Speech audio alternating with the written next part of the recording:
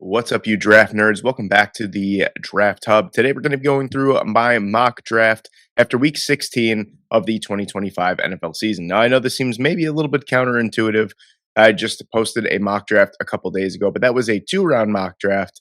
And of course, as always, things are subject to change as games are being played, as new holes present themselves in teams' rosters, all that kind of good stuff. But before we get into this mock draft today, if you guys enjoy content like this, any type of college football transfer portal videos, any type of college football content, NFL draft content, NFL content, this is the place to be. So leave a like on this video and subscribe to the channel so you don't miss any uploads. I upload every single day at 12 o'clock Eastern Standard Time. So you know that if you are bored at work, at home, on the toilet, whatever it may be, at least you know around that time of the day, you will have a video or a short to watch. So without further delay, let's get into it now. We have the New York Giants, who are still at number 1 overall after a 16-13 loss to the Minnesota Vikings this past weekend. And it's becoming abundantly clear to me that, I don't really think the Giants are in a position to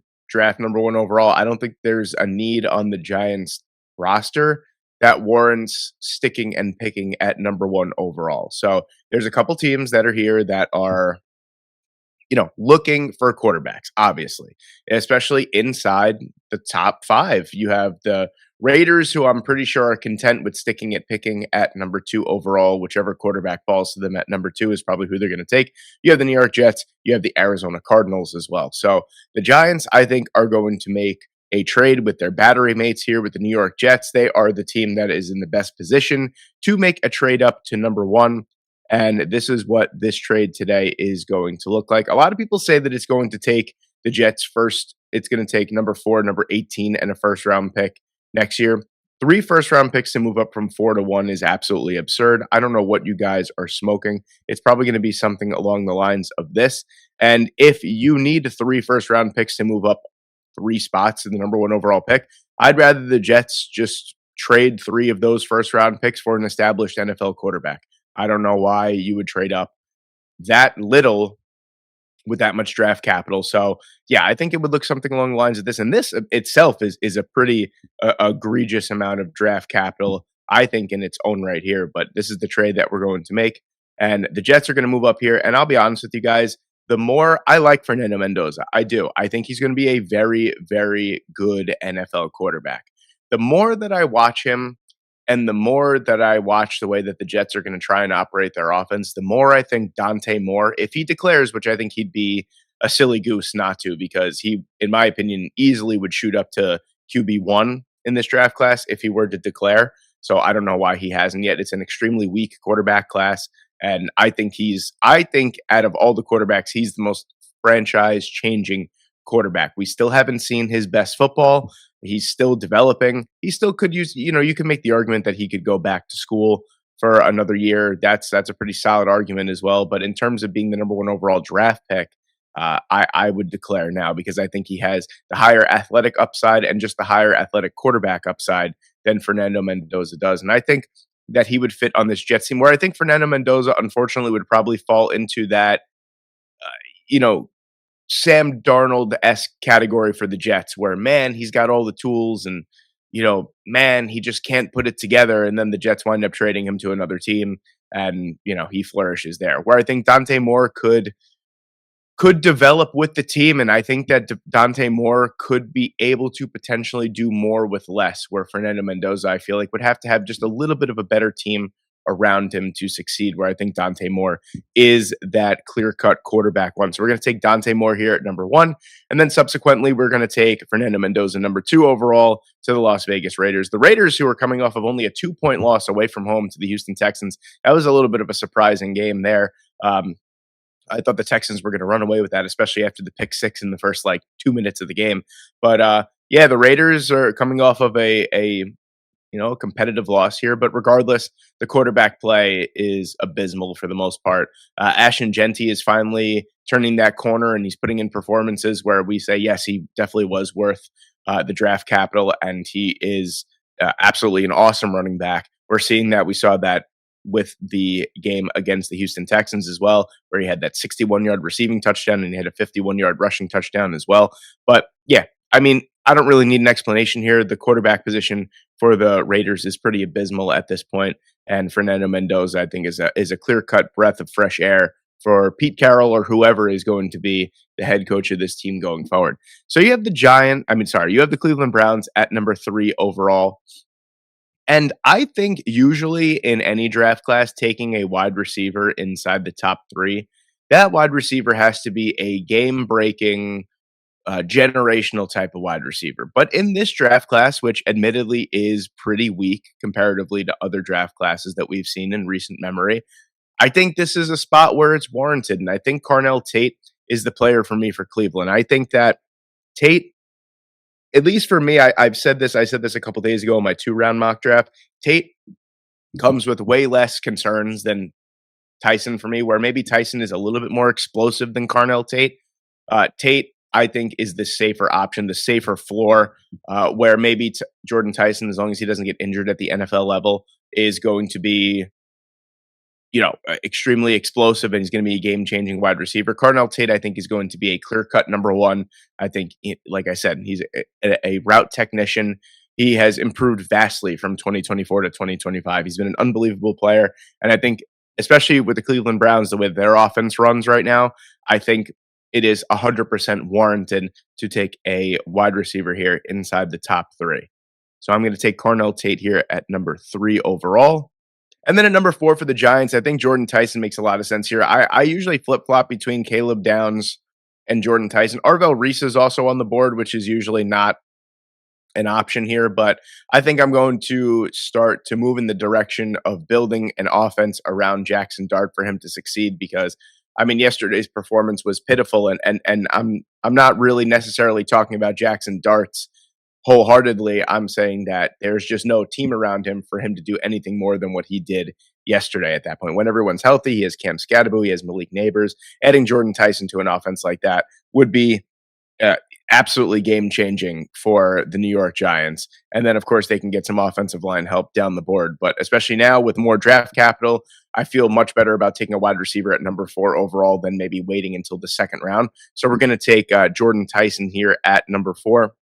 At 5, you have the Cardinals, and usually I go offensive line help here, but Arvell Reese is on the board, and he usually isn't. And I think Reese would be a perfect defensive addition for this Arizona Cardinals team, which for the first time in like 6 weeks, they didn't give up like 40 points. Even though they did lose to the Atlanta Falcons, they gave up 26. And I feel like that was their lowest point total given up in about 2 months for the most part. But the Arizona Cardinals desperately need upgrades really in a lot of key positions, unfortunately. But Arvell Reese is a player that I think is just a defensive juggernaut. He could rush the passer. He's a great run defender. He's great in coverage.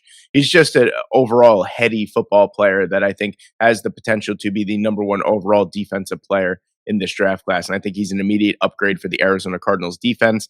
And then kind of the same sentiment here with the Tennessee Titans at number 6 with Jordan Tyson and Carnell Tate off the board. I don't really see Mekhi Lemon being the pick here at number 6, even though I do think the Tennessee Titans desperately need a offensive upgrade.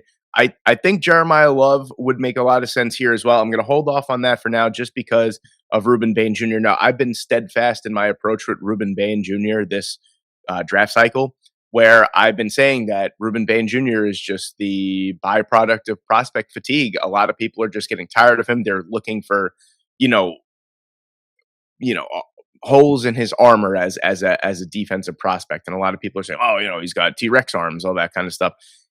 And he performed unbelievably against the Texas A&M Aggies this past week in a 10-3 game. He was really the catalyst. 3 sacks, 2.5 sacks, something like that, 4 tackles for a loss.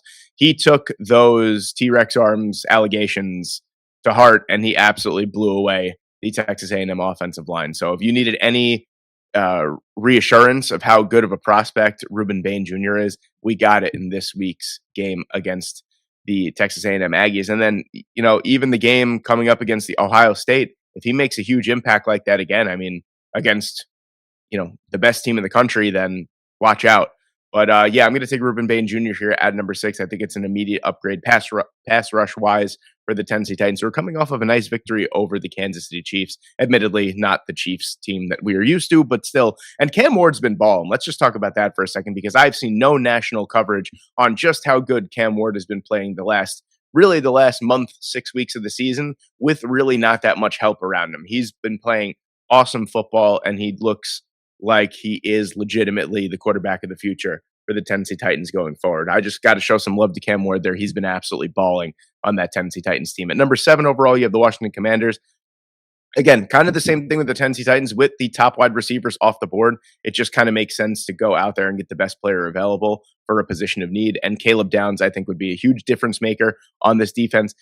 I'll be honest with you, the Washington Commanders record isn't necessarily indicative of how they've played this season. Yeah, they've been blown out in a couple of games, but really they play some very competitive football. I mean, they are a scrappy team that, even though their defense really doesn't have the best players on it, they play hard for Dan Quinn.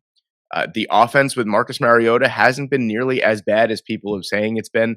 And, this team, despite their poor record, I mean, they've been in a lot of one-score games for the most part. So they are pretty competitive. Once Jaden Daniels comes back and he is fully healthy, and they get a couple more pieces on that defensive side, I fully think that they will be back, not only in the playoffs, but in the NFC Championship once again very, very soon. But we're going to take Caleb Downs here. Just adding a Caleb Downs type of player to a Dan Quinn defense would be an unbelievable get for him and for the Washington Commanders. At 8, a lot of different ways that you can go for the New Orleans Saints. I love Jeremiah Love. No pun intended. I love Peter Woods. David Bailey makes a lot of sense. Sonny Styles makes a lot of sense. And so does Mekhi Lemon. Really, your top 5 or 6 players you could make an argument for. I love Jermod McCoy and Mansour Delaney there as well. So really, there's a ton of different ways that you can go. So I'm going to take an avenue that I haven't gone yet for the New Orleans Saints. Last week, I took Mansour Delaney.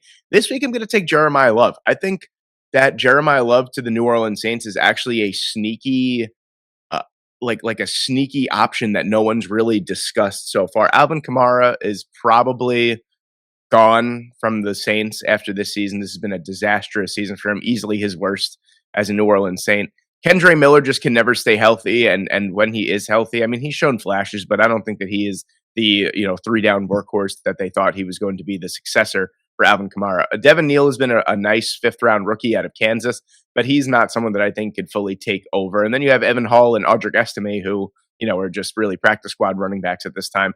I think that if you add Jeremiah Love to this team with a young, playing better offensive line with Tyler Shuck obviously looking like your franchise quarterback, with Chris Olave having the season that he's having, I think the pieces are in place to have a really, really fun offense. I think Jeremiah Love really makes this offense go from one-dimensional, because the Saints really didn't have, against one of the worst rush defenses in the NFL, the New York Jets, the Saints just did not have really a great running day. And I think that they really need to establish the run game once again, because that's when they were playing their best football under Drew Brees, when they had the 2-headed monster of Alvin Kamara and Mark Ingram at the tail end of Drew Brees' career there. I think Jeremiah Love is a true 3-down running back, and I think he absolutely warrants a top 10 pick here. So we're going to take him at number 8.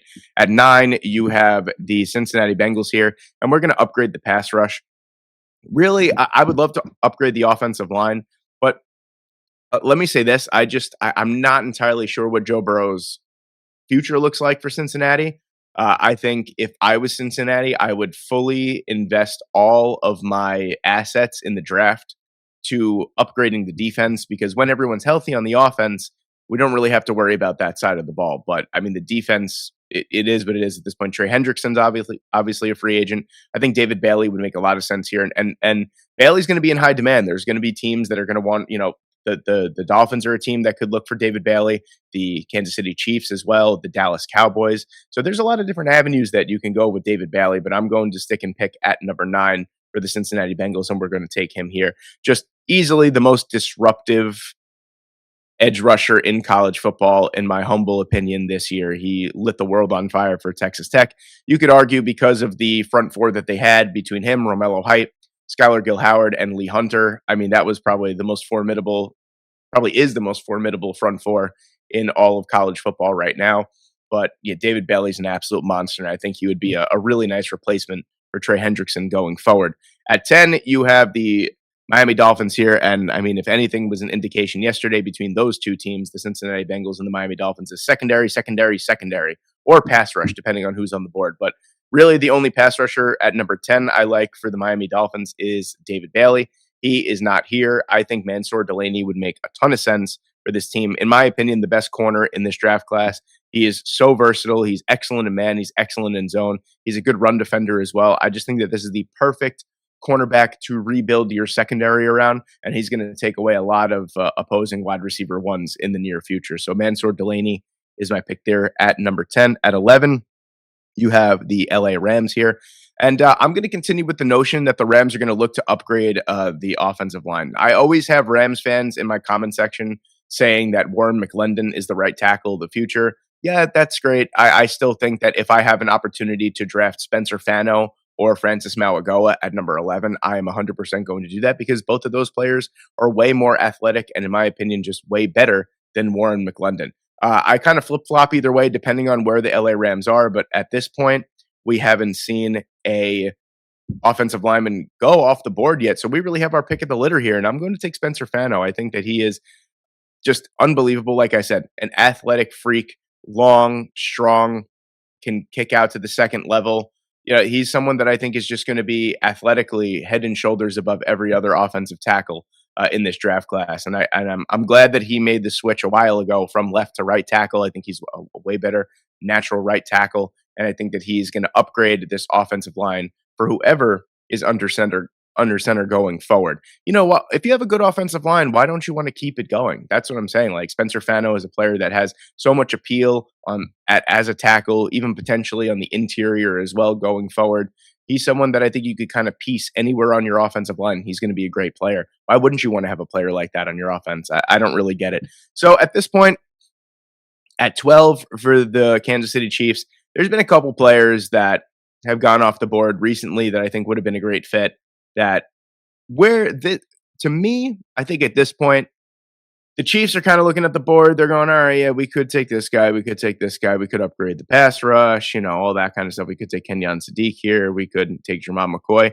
I think they're going to explore a trade down here. There's a team that I think is willing to move up at this point, and they are here. They are willing to move up at 12 to 20. I think is going to be a really nice transition for the Chiefs here. And I think that the Pittsburgh Steelers are in the market to move up because there's a wide receiver that's still on the board that just won the best wide receiver award in the country. And I think he'd be a perfect complement to DK Metcalf. And that's going to be Mekhi Lemon. I think that, especially with the mid-round picks that the Pittsburgh Steelers possess in this draft, I think you absolutely, if Mekhi Lemon is there in striking distance, why not go up and get him? I think he's a complete difference maker for whoever is under center for the Pittsburgh Steelers going forward after Aaron Rodgers. They're going to have DK Metcalf, Mekhi Lemon, and a slew of tight ends to throw to. So I think it makes a ton of sense to establish your wide receiver two, who potentially could even take over and be your number one target. He's that good. He's an unbelievable player, and you could argue that the Steelers need a lot of things. They need corner. They could potentially need another pass rusher. They need offensive line, but I think you make the move up and you get Mekhi Lemon, especially if he's still there on the board. And all you have to do is move up 8 spots. At 13, you have the Dallas Cowboys. This is a pick I really kind of make every single week, and I'm gonna keep making it because I think he's that good. Sonny Styles is my pick at number 13. I just think it makes a ton of sense. Pairing Sonny Styles with DeMarvion Overshown, I think would immediately make this defense that much more athletic, that much more versatile. He's a great coverage linebacker. He could rush the passer, great run defender. Him and Arvell Reese are really 1A, 1B in the linebacker department for me in this draft class. Sonny Styles is an unbelievable player with some safety background as well. Don't forget about that. As a freshman, he played safety for the Buckeyes, and then the last 2 years he's been playing linebacker. At 14, you have the Baltimore Ravens, and again, I'm going to take Peter Woods at number 14. The Ravens have a bottom 10 defensive line in terms of overall season grade. And Peter Woods is a player that I think you plug right into the middle of your defense, and he makes you that much better. He's a disruptive pass rusher. He's a very, very good run defender as well, collapses the pocket, plugs up running lanes. He's someone that I think he's going to be more of a player that maybe doesn't show up in the box score as much as you would like, but he's a player that disrupts the game on so many other metrics other than just box score watching. And Peter Woods, I think, would be a real welcomed addition to the interior of the defensive line for the Baltimore Ravens. Now you have the Minnesota Vikings here at number 15, and I'm really not in love with kind of any direction you can go at this point. I think corner is something that can be addressed a little bit later on with the logjam of corners that you have right now. I think maybe moving back and acquiring a little bit more draft capital because Jeremiah Love is gone. Peter Woods is off the board now. You can make the argument for Jamad McCoy or Avion Terrell. I don't really know how much Jamad McCoy fits in that Brian Flores side. You could, Colton Hood, Avion Terrell are good players around this range here. But I think all the players that we're really looking at for the Minnesota Vikings are kind of off the board right now. I think it would make sense to move back. And I think there's a team that's going to kind of be desperate to move up to get one of those corners. And I think that that's going to be the Philadelphia Eagles. Again, if you have a team that is has the picks, Howie Roseman will use these picks. Look, you have 3 third-round picks here. I'm definitely using one of these picks to move up to get a corner here. And that's what we're going to do. We're going to make this trade. It's going to be a third. It's going to be a fourth to move up about 7 spots. Kind of the same thing that we did with the Pittsburgh Steelers, around the same trade value there. And we're going to get Avion Terrell. I think Terrell is the best fit for this Vic Fangio defense for the Philadelphia Eagles. And yeah, I think the trade up is absolutely warranted. I think he's a really good player. People forget just because Clemson had a not so great season. I think people forget just how impactful Avion Terrell was. And in a season where a lot of the draft hopefuls for the Clemson Tigers kind of had down seasons, Avion Terrell did not. If anything, he had a fantastic season. And I think that this would be an unbelievable addition to a secondary that already boasts a Quinyon Mitchell and a Cooper DeJean. And then you add Avion Terrell to that. You have, a young secondary going forward that's going to be just really difficult to deal with a lot of opposing teams. At 16, you have the Tampa Bay Buccaneers. This is pretty simple here with the player on the board. I'm going to take Keldrick Falk. Again, just a player that I think, Todd Bowles, if Todd Bowles is even still there, it's been an epic collapse for the Tampa Bay Buccaneers so far this season. From 6-2 to 7-8, it's been pretty bad, but they can still win their last 2 games of the season and potentially win the division and make the playoffs. But here, Keldrick Falk, I think, is a player that we still haven't seen the best. The best is yet to come. 6'6", 285 pounds. You know that the Bucs love their huge, powerful, athletic outside linebackers, and that's exactly what Keldrick Falk can bring to the table, where the interior of the defensive line is good. I really do think that the Buccaneers could use an upgrade on the outside linebacker position. I know they have Kalijah Kancey really plays more with his hand in the dirt. You have Yaya Diaby on one side, and Keldrick Falk can be a long-term replacement for Anthony Nelson. So we're going to take him here at number 16. At 17, you have the Detroit Lions here, and I'm going to take Jamad McCoy.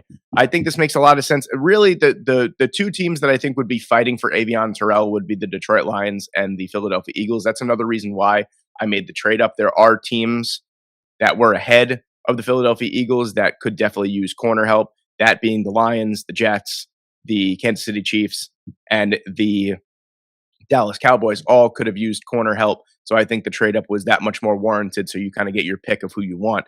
But the Detroit Lions settle on, I shouldn't say settle, because Jamad McCoy, if he comes back fully healthy, and apparently if you read updates on his injury progression, he has been elite in his rehab.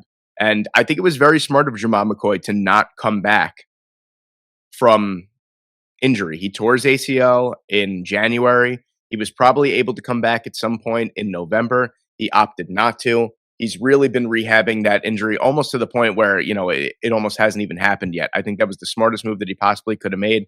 And I think he's going to really show out in pre-draft testing. And I think he's going to be a player that kind of falls to about this range because of the injury concern. But when it's all said and done, he could potentially be a top 5 player from this draft class. So I think Detroit get an absolute steal here at number 17. At 18, you have my Jets here. And again, this is another scenario where I just don't love who's on the board at this point. Denzel Boston makes a lot of sense here. But if you guys watch the New York Jets, why would you? First off, that's what I want to say. I'm a fan, and I barely want to watch them.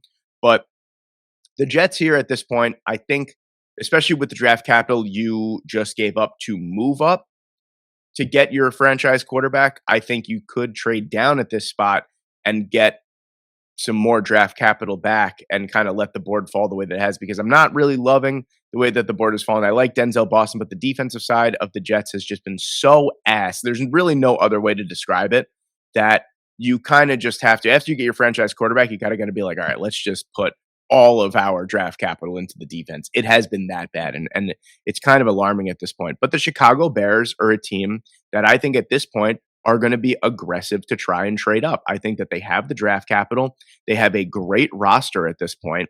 And I think this pick makes a lot of sense because you're going to move up and you're going to take Cassius Howell here. I think offensive line is still a need. I think interior defensive line could be a huge need for them too. But I think Howell just kind of brings that extra juice that this Chicago Bears pass rush desperately needs. Because can you imagine how good the Chicago Bears would be this season if they had, a 1-2 punch as pass rushers? That the turnover margin is insane. If they were able to generate more pressure, this defense would be just that much better. And I think Cassius Howell could potentially be the missing piece for that. So it's the best of both worlds. The Chicago Bears don't give up that much to move up from 29 to 18. They get a premier pass rusher, and then the Jets move back and they regain some of that draft capital that they gave up to move up to get their franchise quarterback. At 19, I'm going to go a little bit unconventional with this pick here. I'm going to take Francis Mauigoa for the Carolina Panthers, and just hear me out. For this one, Mauigoa has some real appeal as a guard at the NFL level, and I think that that would make a lot of sense going forward. For me, I know Robert Hunt has been actually great. Damian Lewis, I think, could be. You need a long-term solution for Damian Lewis, I think. Then you have Austin Corbett and you have Cade Mays, who are both free agents. I think just continuing to keep this offensive line young and versatile, even if you want to sign back a Cade Mays or an Austin Corbett to play center, I do think someone like Mauigoa would just make a lot of sense either on the left side or the right side to play guard, whatever it may be long term. But I know this might be like more of a luxury pick, but truly at this point, I don't really know exactly which direction to take with the Carolina Panthers here. And I think maybe getting younger and more versatile on the offensive line could always be a good option. Who knows? Maybe even Mauigoa can take snaps at center. I mean, he's athletic enough. He's a mauler as a run defender. I think maybe if you want to let Corbett walk and you want to let Cade Mays walk, maybe a transition to the inside for Mauigoa is the best move forward. Either way, I know people aren't going to love this pick, but I think getting someone like Mauigoa you could really move a lot of pieces around for the Carolina Panthers. And that offensive line would have the absolute opportunity to be elite with Ike Ekwonu, with Taylor Moton. I couldn't think of his name on the other side. Taylor Moton, and then you have either it would be Robert Hunt, Damian Lewis, Francis Mauigoa. That is a brick wall of an offensive line going forward. So I know it might not be it might be an unpopular pick, but I think it could actually work out well for the Carolina Panthers. At 20, you have the Kansas City Chiefs here, and I'm going to take Colton Hood. I think a secondary upgrade is absolutely massive for the Kansas City Chiefs. I was going to take Francis Mauigoa if he was on the board, but sadly, the Carolina Panthers took him beforehand. Colton Hood, I think, makes the most sense. He's an immediate upgrade over whatever they got going on in the secondary, not named Trent McDuffie. So Hood is a player that has the inside-outside versatility. He's great in man. He's really good in zone as well. Just a very heady, very smart football player. And I think that this, with the AFC West getting better and better year in and year out, I think these first or second round upgrades in the secondary are necessary. You can't. How many more times is Brett Veach going to go out there and get a Jalen Watson or a Shamari Connor, in the 6th or 7th round? You got to get your premier talent. And I think Colton Hood is a player that could be an instant impact upgrade for the Kansas City Chiefs. At 21, you have the Dallas Cowboys here. And I'm going to take TJ Parker. Parker really turned it around towards the end of the season for me for the Clemson Tigers, where Parker really had a bad first 6 games. The second half, he really, really got back to his roots of being a premier pass rusher like he was last year. He's a really solid run defender as well. And I think having a TJ Parker on the other side of a Donovan Ezriaku would be just really, really good, because where Ezriaku really is going to, take a little bit more time and develop his overall game, Parker is a player that could set the edge and run defense. He could rush the passer very, very well. He's going to be more of your complete edge rusher, whereas Araku is going to be more of your pass rush specialist. For now, he can develop into a more well-rounded guy. And then you have TJ Parker on the other side. I think it makes a lot of sense. It's an avenue that really hasn't been explored that much from TJ Parker. You usually see a Cassius Howell or a David Bailey or someone along those lines. But I think Parker would be an excellent fit for the Dallas Cowboys as well. At 22, you have the Minnesota Vikings. I'm going to take Caden McDonald here. I think if you look into the metrics and the actual statistics of the defensive line from the Minnesota Vikings, Jonathan Allen has been good this year as a pass rusher. He's been abysmal as a run defender. Javon Hargrave has been very bad as a run defender as well. Why not go get potentially the best run defending defensive tackle in the entire draft class in Caden McDonald? 6'3", 330 pounds. It's not going to be a sexy pick, but a 92.2 overall run defense grade this past year. Incredibly disruptive. He's going to eat up blocks. He's going to be a player that I don't think that the Minnesota Vikings currently possess on their roster right now. And again, with upgrades needed really in a lot of other places, I get it, but I think McDonald would make a lot of sense, and it takes care of a big time need for the Minnesota Vikings that might not be as prominent as some people think it is. But McDonald, I think going forward, he's young, he's fast, he's athletic. Like I said, great run defender.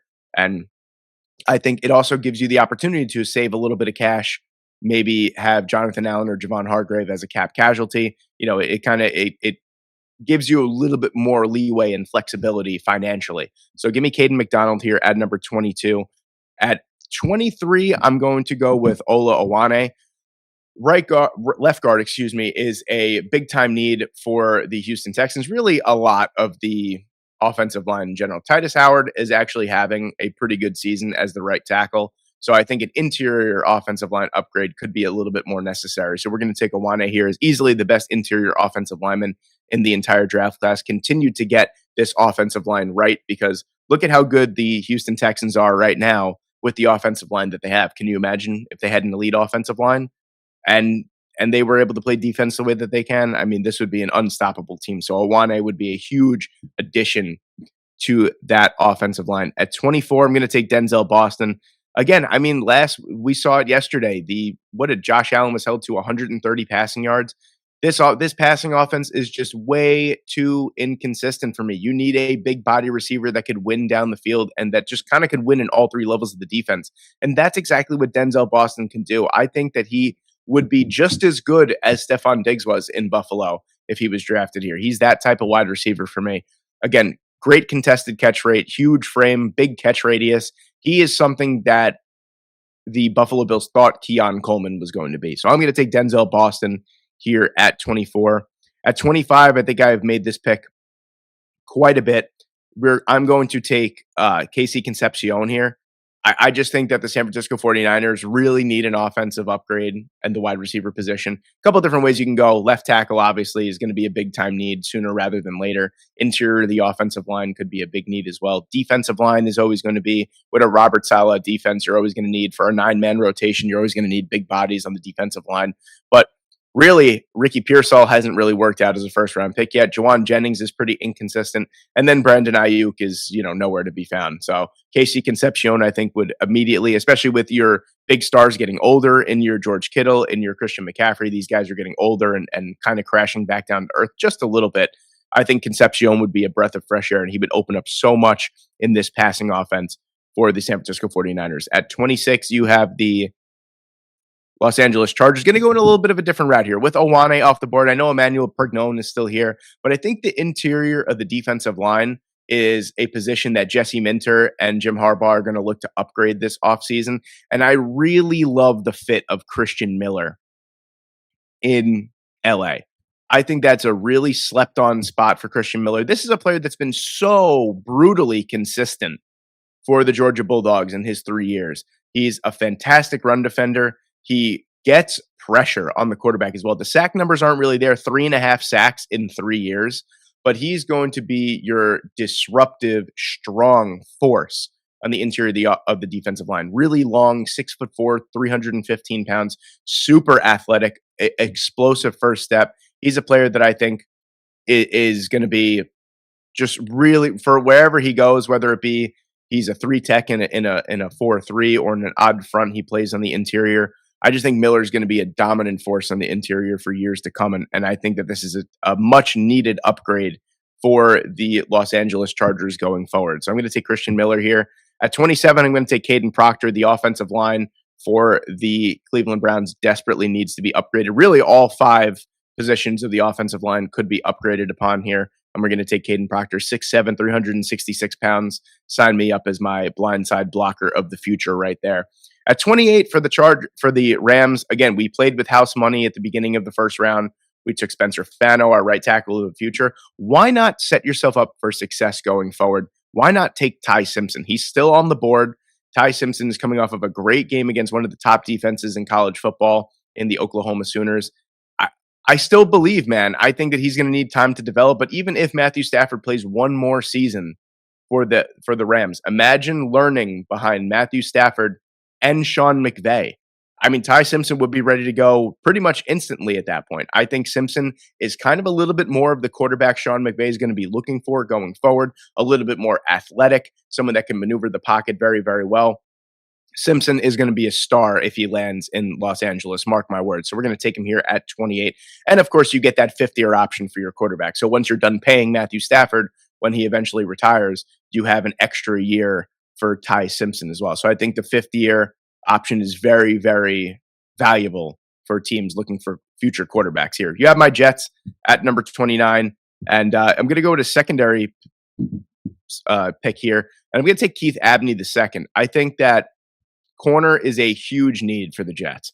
I mean, really, all the secondary is a huge need. I like what Azareye'h Thomas showed in his brief stint starting for the Jets before he got injured. Brandon Stevens actually has had a pretty okay season for the Jets, considering the first three games were disastrous. He's actually been one of the bright spots of the secondary ever since like week 3 or 4. But Abney is just a player that I think going forward at the NFL level is going to be really, really good. Great in man, really good in zone. That's what, a Aaron Glenn led defense is looking like. You're going to see a lot of press man with these corners, and Keith Abney's really good. 6'1", 195 pounds. Oh my God, I almost said 295 pounds. Can you imagine a corner at 300 pounds? That'd be insane. Can you imagine like a corner at 300 pounds running like a 4.3? That would be just preposterous. But Abney is an absolute baller. He's a feisty corner, sticky, and that's exactly what this Aaron Glenn defense needs. Is a sticky corner that's going to be able to follow and track wide receiver ones all over the place. Give me Keith Abney the second here at 29. Might be an unpopular pick, but I don't really care, to be honest with you. At number 30, you have the New England Patriots here. And I'm not in love with the pass rushers that are on the board at 30. I'm not going to pick one just to pick one. I'm going to upgrade the offensive line.